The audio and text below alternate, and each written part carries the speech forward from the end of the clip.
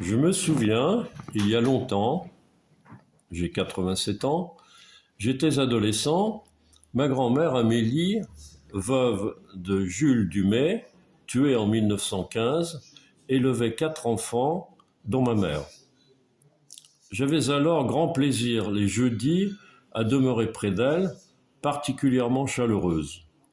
Alors, histoire, récitation, chansons.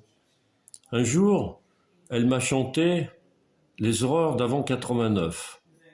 Titre évidemment très évocateur.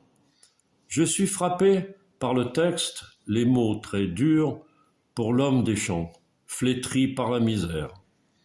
Quoi qu'il en soit, j'en ai recueilli très précisément le contenu, transmission orale pure. Les années sont passées. J'ai tenté à diverses reprises de connaître les origines des 6 couplets. En vain. L'auteur des horreurs d'avant 89 reste inconnu.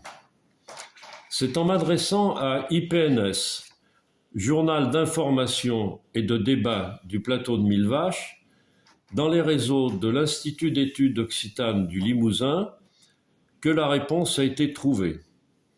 La chanson « Les horreurs d'avant 89 » s'appelle en réalité « Jadis et aujourd'hui ».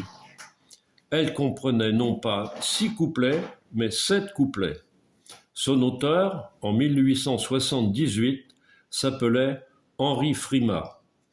J'en ai toujours retenu l'air. En voici une très modeste tentative d'interprétation.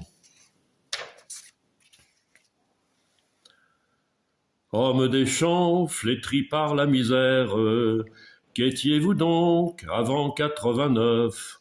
De vos sueurs vous arrosiez la terre, à la charrue attelé comme un bœuf.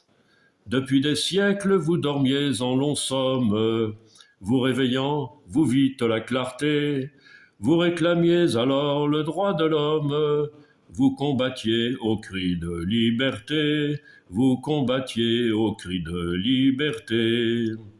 Fallait payer la gabelle et les dîmes à vos curés, aux moines du couvent.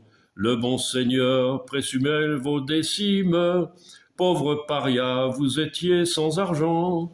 Alors vos femmes courbaient sous les quenouilles, et vous la nuit au fossé des châteaux. Avec une perche vous frappiez les grenouilles, pour assurer aux nobles le repos, pour assurer aux nobles le repos. Oh, pour la chasse des décrets arbitraires, oui, pour un lièvre on voyait autrefois l'homme condamné à mourir aux galères, de vos bons rois, c'étaient des douces lois. Enfin le soir, dans sa cabane obscure, que trouvait-il pour flatter son espoir? Un lit de paille et pour sa nourriture, de l'eau de l'ail frottée sur du pain noir, de l'eau de l'ail frottée sur du pain noir. Pour recruter le service militaire, dans vos villages venaient des racoleurs, et votre fils, comme aux villes mercenaires, tombait aux griffes de sergents recruteurs. Le noble alors achetait un beau grade, chaque cadet obtenait un galon. Pauvres soldats, pour la moindre algarade, on vous faisait mourir sur le bâton, on vous faisait mourir sur le bâton. Fête et dimanche, vous alliez à la messe, fallait aussi suivre les processions. 4 fois l'an, un billet de confesse, dévotement écouter les sermons. Vos filles, la veille du mariage, devaient alors chez le noble prieur. On leur devait le couchage, le jambage, et l'on disait c'est le droit du Seigneur, et l'on disait c'est le droit du Seigneur.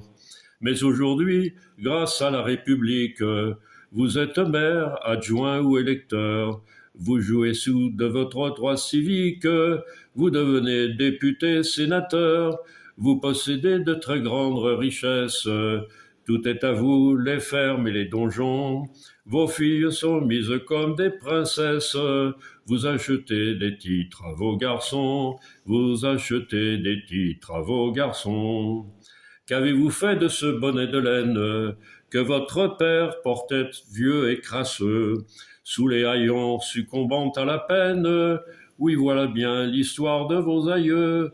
Vous reniez la République glorieuse, à votre mère refusant votre amour. Comme le chêne à la cime orgueilleuse, renie le gland qui lui donna le jour, renie le gland qui lui donna le jour.